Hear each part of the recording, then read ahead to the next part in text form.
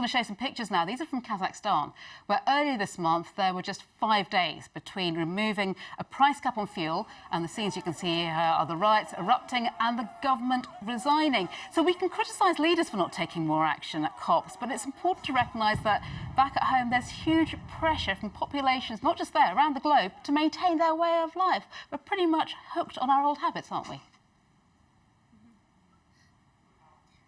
What one to use it? Well, I mean, it's a strange question, of course, because the poor governance produces these effects. You know, it's not just a combination of the aggregate of policies, poor policy planning over the last 20 years that has led us here. It's poor governance that produces the reactions by populations. It's all part of the same thing. The climate change is a symptom of global poor governance. And we elect poor leaders. We indulge in superficialities.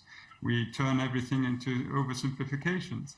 And it's not to say that all of this is beyond our grasp. I think, you know, Yvonne clearly made the case that we can change.